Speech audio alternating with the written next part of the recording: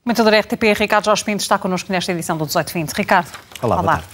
Nós vemos este processo com algumas polémicas à mistura, declarações críticas e várias de todas as forças partidárias. Lucília Gago foi a escolha do Governo. Consideras que este processo termina de forma clara? Não termina de forma clara e por razões que nem sequer se entendem muito bem. Este argumento que o Primeiro-Ministro apresenta é um argumento razoável, podemos concordar com ele ou não, mas tem lógica, isto é, o Procurador-Geral da República cumprir um único mandato, um mandato que seja suficientemente longo para desenvolver um trabalho.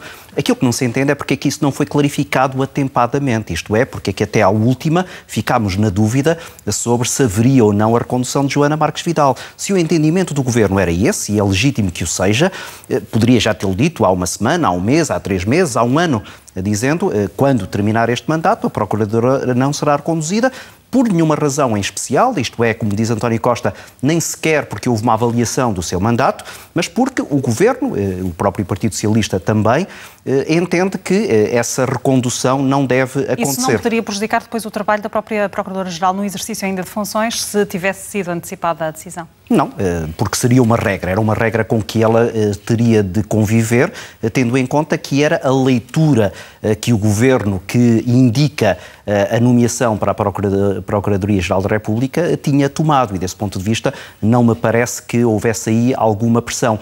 Parece-me sim, bem mais desconfortável para quem ocupa o cargo, ficar até ao último momento sem saber se vai ou não ser reconduzido. Ou seja, na tua leitura, politicamente, a condução do processo por parte do Governo deixa algumas dúvidas, desde logo nesse contacto direto com Joana Marques Vidal, que não foi antecipadamente informada? Naturalmente. Ainda por cima porque a verdade é que, pelo seu trabalho, o tema da recondução ou não de Joana Marques Vidal tornou-se absolutamente sensível. O envolvimento dela em casos que têm dimensão mediática da Operação Marquês ou da Operação FISE, imediatamente levam a leituras políticas sobre se não haverá aqui, na não recondução, alguma tentativa de travar uma investigação que tem por alvo alguns altos dirigentes de partidos, de bancos, etc. Aquelas pessoas que o comum dos mortais considera que finalmente não estavam fora da lei, podiam ser agora investigados. E essa suspeita, mesmo que ela não tenha nenhum cabimento, imediatamente se torna uma arma de arremesso político. E por isso é que, de forma inteligente, em ponto de vista político, Pedro Passos Coelho, que quase que assumiu aqui o lugar de líder da oposição, veio tocar exatamente nesse ponto, dizer assim, não haverá nada mais para além desta explicação que foi dada, e esse é o atual aproveitamento político que pode não ter nenhum cabimento, mas que na verdade imediatamente suscita que este tema seja arma de arremesso. O PSD tem sido também apontado como um aproveitador desta situação em termos políticos. Foi exatamente assim com estes zigue-zagues em torno das declarações do próprio Rui Rio? Não, aliás, chegamos ao último dia e vemos o PSD a falar a várias vozes. Temos o líder da bancada parlamentar a fazer um alto elogio à atual procuradora e a dizer que não entende porque é que ela não foi reconduzida, e temos depois o líder do partido, Rui Rio, apenas a questionar se o Governo tem o entendimento de um bom mandato, porque é que ela não foi reconduzida. Isto é, mantendo a tónica numa apreciação que não é totalmente positiva. E Rui Rio nunca o escondeu.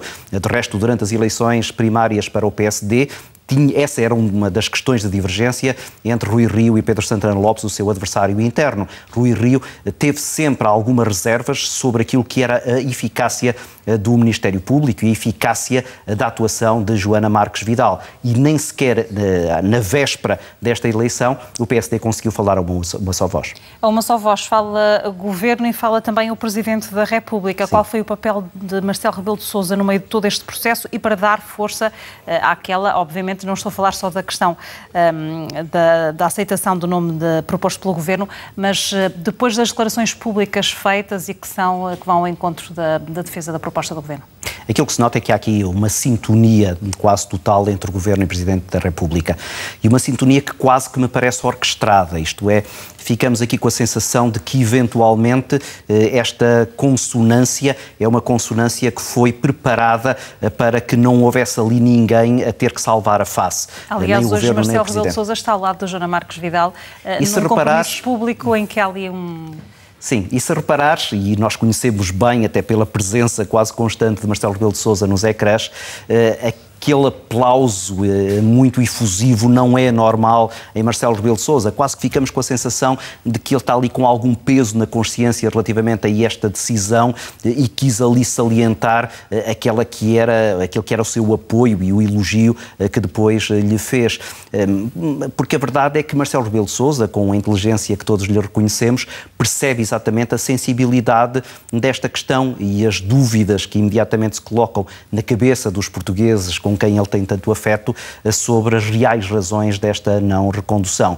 Agora, parece-me também, e desse ponto de vista, do ponto de vista democrático, é até saudável, esta consonância entre o Presidente da República e o Primeiro-Ministro em relação a uma matéria que é uma matéria de Estado e é uma matéria muito sensível.